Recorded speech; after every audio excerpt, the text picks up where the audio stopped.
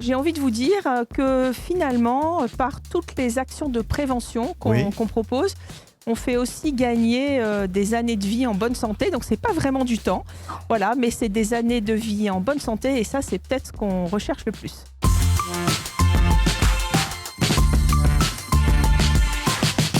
Un joyeux anniversaire à l'entreprise du futur.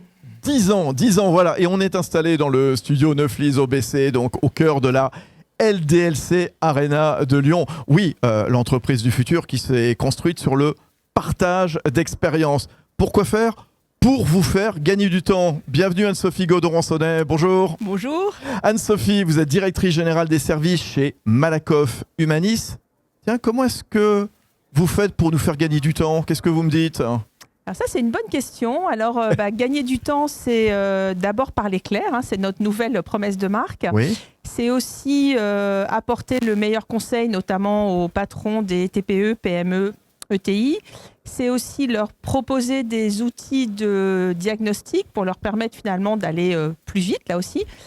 Et puis, j'ai envie de vous dire que finalement, par toutes les actions de prévention qu'on propose, on fait aussi gagner des années de vie en bonne santé. Donc, c'est pas vraiment du temps, voilà, mais c'est des années de vie en bonne santé. Et ça, c'est peut-être ce qu'on recherche le plus. Oui, c'est beau ce que vous nous dites, hein. Gagner du temps pour avoir une vie en bonne santé.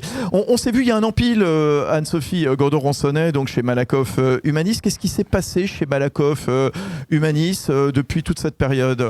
Bon, il se passe toujours beaucoup de choses chez Malakoff Humanis. On est dans un processus de transformation quasi permanente. Mais voilà, de manière peut-être un peu plus marquée, notre développement dans l'épargne, voilà, collective et individuelle.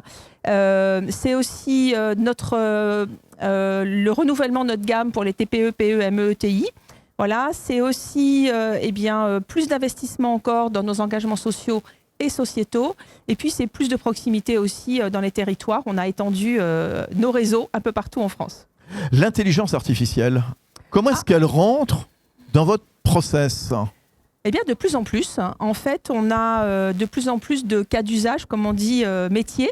Donc, elle intègre de plus en plus de directions. Alors, un exemple, par exemple, la lutte contre la fraude. Dans la lutte contre la fraude, on utilise énormément l'intelligence artificielle. Génial. Et puis, même si on ne le mesure pas, de plus en plus de métiers, et c'est mon cas par exemple, j'utilise finalement presque quotidiennement l'intelligence artificielle.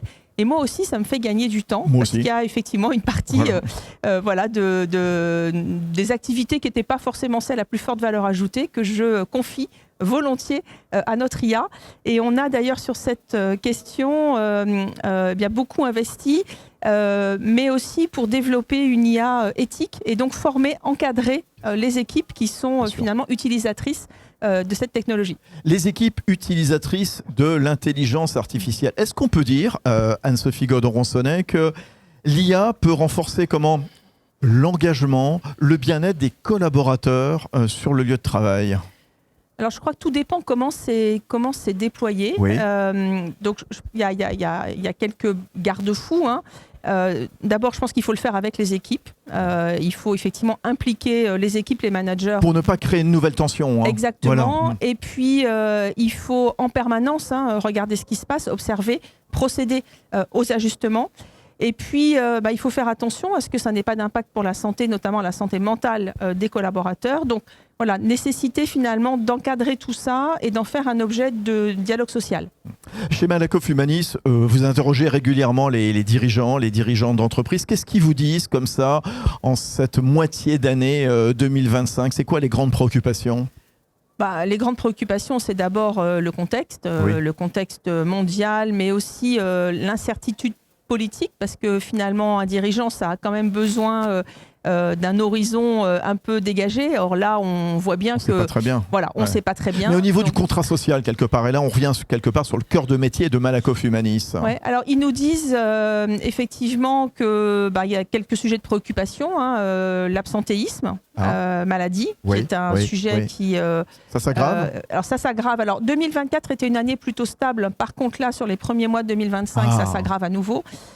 On a une explication ou pas, non? En fait, c'est compliqué, ça touche... alors, l'environnement extérieur a évidemment un rôle à jouer parce que ça pèse notamment sur les questions de santé mentale. L'accélération des transformations qui sont nécessaires aussi pour finalement faire face, s'adapter, fait que ça crée plus de tensions. Les salariés ont le sentiment, et c'est pas faux, qu'on leur demande finalement plus dans leur travail, ou de changer, de s'adapter. Et donc tout ça, ça peut créer des tensions. Mais les gros enjeux finalement qui se cachent derrière la santé mentale, c'est avant tout des enjeux personnels. Entre 2024 et 2025, enfin 2023 même et 2025, ce qu'on voit, c'est que c'est pas tant les situations liées au travail, mais plutôt les situations liées à son contexte personnel qui viennent peser sur la santé mentale. Le contexte professionnel, bien sûr. C'est quoi, à vos yeux, les besoins des salariés que les dirigeants devraient davantage prendre en compte? Alors, il y a une attente massive en matière de flexibilité. Flexibilité du temps de travail, flexibilité dans l'organisation.